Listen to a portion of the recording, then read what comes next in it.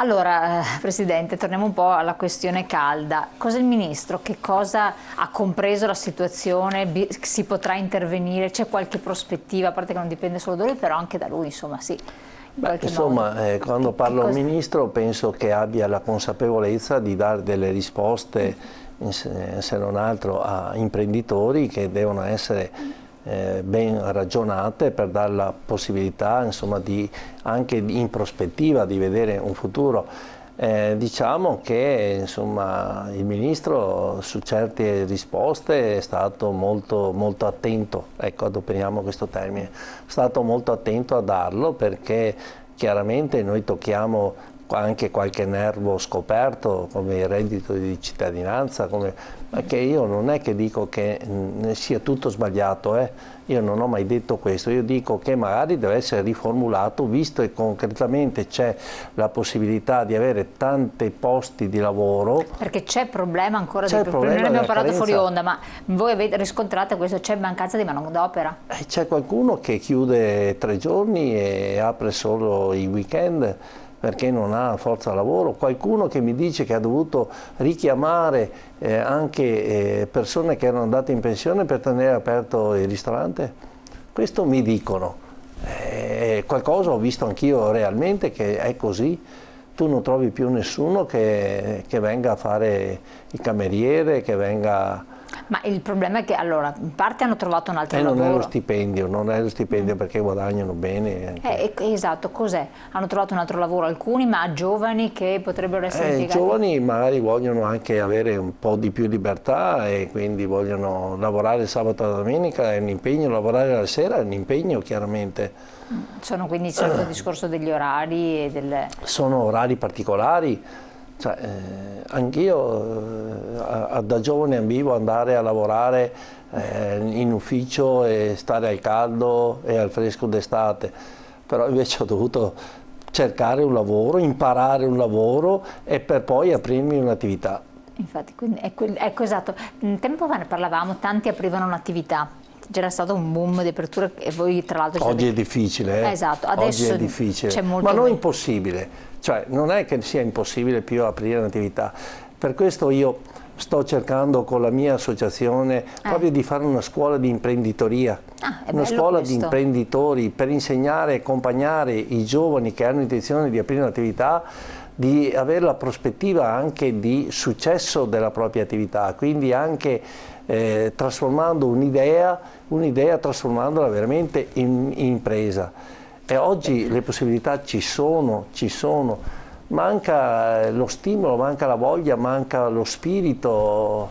Ma forse anche la tassazione e la burocrazia, perché questo è un altro nodo. Questo non ne parliamo di burocrazia perché veramente lì andiamo che non si è risolta la questione. È il nervo scoperto che le dicevo, la burocrazia, perché noi siamo sommersi da una burocrazia che ci impedisce di fare impresa, siamo prolissi nelle regole, poi non sei mai certo, mai sicuro, ecco perché anche con la nostra associazione stiamo cercando di monitorare bene questa situazione, di dare più aiuto possibile per cercare anche il dialogo con le amministrazioni anche comunali, per cercare di alleggerire questa burocrazia. Noi siamo uno dei paesi, anzi il paese che ha una burocrazia più, diciamo, con più clausole di tutto il mondo, perché quando ne fanno una non è che ne fanno decadere un'altra, l'aggiungono. E quindi noi abbiamo accumulato tutta una serie che per aprire un'attività cioè non hai un referente, ne hai 50. E nonostante le vostre istanze che sono... Ma noi dobbiamo lavorare con 50, okay, per cercare di raggiungere l'obiettivo di aprire un'impresa. Qualcuno mi spieghi se una cosa così, anche un ragazzo giovane, come fa a approcciare a avere la voglia di di aprire un'attività. Quando si mette in questo pantano chiaramente dice Madonna cosa ho fatto.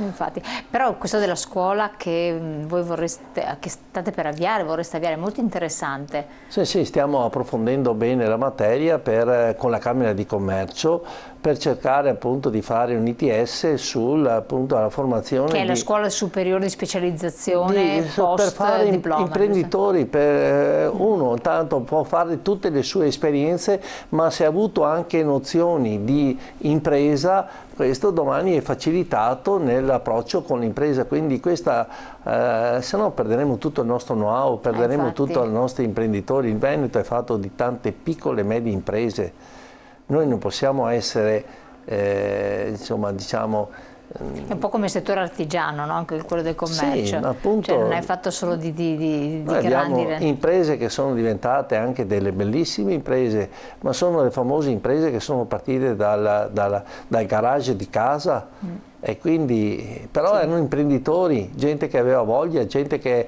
ha studiato, gente che ha cercato di innovarsi, gente che dopo ha fatto un'impresa che oggi è un fiore all'occhiello.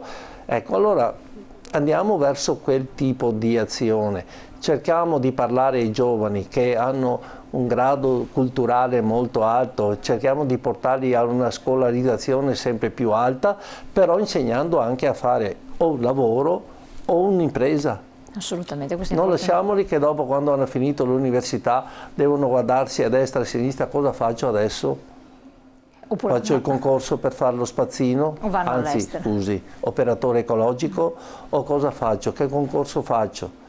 Se uno invece viene fuori che è già formato e sa che strada deve intraprendere, diventa tutto più semplice anche per i giovani. Leggiamo un altro messaggio che era arrivato, se dalla regia ce lo mettono in onda. Eccolo qui. Eccolo qua, col governo dei migliori a ridurre i risparmi degli italiani, è Letta che vuole ancora più tasse, la difficoltà del commercio sta nel fatto che la gente non ha più soldi. E questo del fatto che la gente non ha più soldi era un po' il tema che abbiamo fatto iniziando, ed è il grande timore che voi avete, perché commercio, servizi, turismo, insomma tutto si regge su questo, ed è molto molto grave che poi si possa arrivare a una crisi gravissima.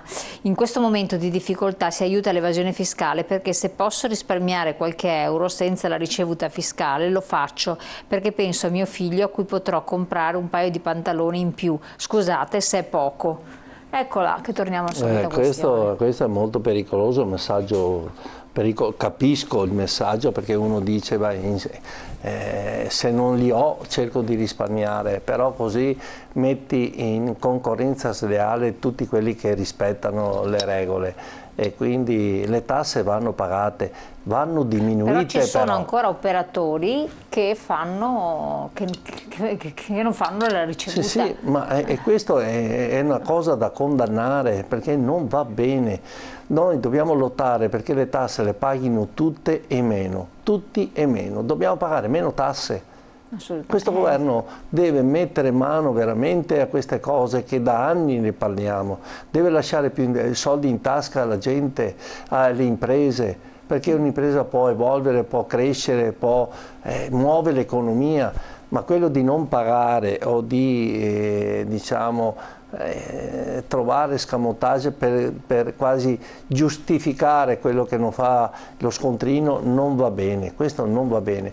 Poi quando sento parlare di lotterie, ecco lì allora mi cascano le braccia, dico no, allora stiamo giocando con la pelle della gente, delle persone, illudendo a qualcuno: guarda che puoi vincere, quindi tu... No, questo non è un paese serio. A proposito, prima avevamo accennato, che eravamo fuori onda, al discorso delle fiere, no? Che finché c'erano tante fiere, soprattutto anche all'estero, si muoveva un'economia anche importante. Sono diminuite, qualcuna ce n'è, non a livello di una volta, però ad esempio adesso a Padova c'è una fiera che una volta era un po' l'ago della bilancia, no? Comunque dava il senso che cos'è la fiera di Padova? La campionaria. La campionaria, esatto. E sto pensando... è ancora un indice importante, o Beh, secondo allora, lei oggettivamente? Noi come Ascom abbiamo fatto un Pala Ascom proprio per promuovere le nostre imprese, per promuovere il territorio, per promuovere anche e far conoscere quali sono le peculiarità che abbiamo nel nostro territorio, quindi l'abbiamo fatto con impegno e con molto sacrificio. Però le fiere oggi diciamo che hanno difficoltà proprio, tutte le fiere, non solo le piccole o le grandi, tutte hanno difficoltà, anche perché le fiere hanno dei costi veramente importanti. Una volta indicavano come andava il settore, no? Erano Ma oggi era un presentare il campione, il prodotto. Esatto. Comunque è sempre stato un grande successo, a parte vabbè, prima del lockdown era un successo, c'è stati momenti altalenanti. Sì, ma però adesso diciamo che a Padova ha compensato tantissimo anche il centro congressi. Il centro congressi che è il congressuale, che è ancora un argomento molto sentito e molto valido.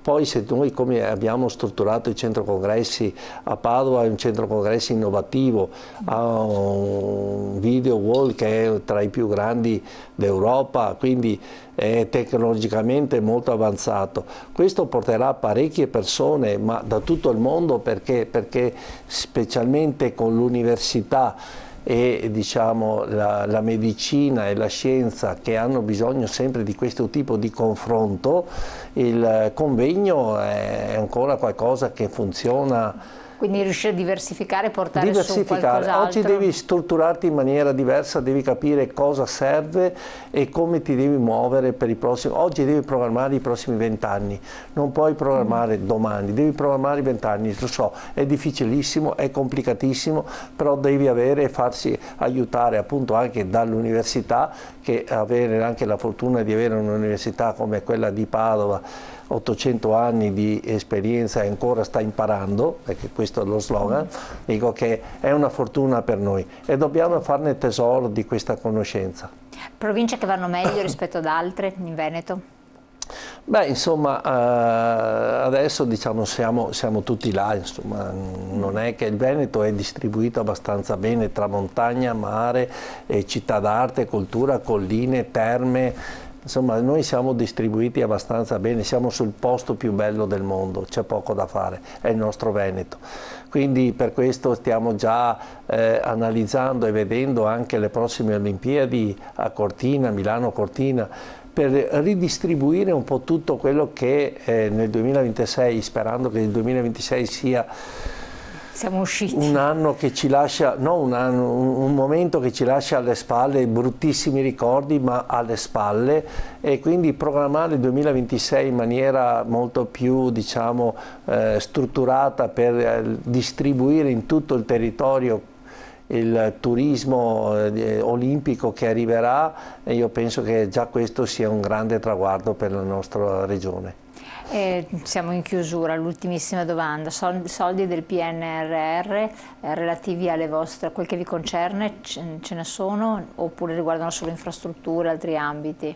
Beh, insomma, i soldi del PNRR, lo sappiamo tutti, non sono soldi che arrivano alle imprese direttamente. Indirettamente sì, attraverso le infrastrutture, attraverso... Quindi potrebbe arrivare qualcosa, insomma. Possono arrivare, però dobbiamo essere preparati. Noi abbiamo fatto una serie di incontri per capire appunto come si muoveranno questi soldi che arrivano nel territorio, e soldi ne arrivano tantissimi. Quindi bisogna assolutamente... Ricordiamoci che non sono soldi regalati, no, sono un debito che noi dobbiamo spendere investendo. Dobbiamo fare come fanno i bravi imprenditori che vanno in banca a prendere i soldi per investire nella propria azienda. Questo il governo deve fare, investire nel suo territorio. Patrizio Bertin, Presidente Confcommercio del Veneto, grazie di essere stato qui con noi. Grazie a voi. E buon lavoro, ci aggiornerà su altre cose, altre novità, speriamo di tirare qualche respiro di sollievo, comunque intanto incrociamo le dita. Grazie ancora anche a lei, grazie a voi telespettatori di aver partecipato con i vostri numerosi messaggi, la puntata la rivedete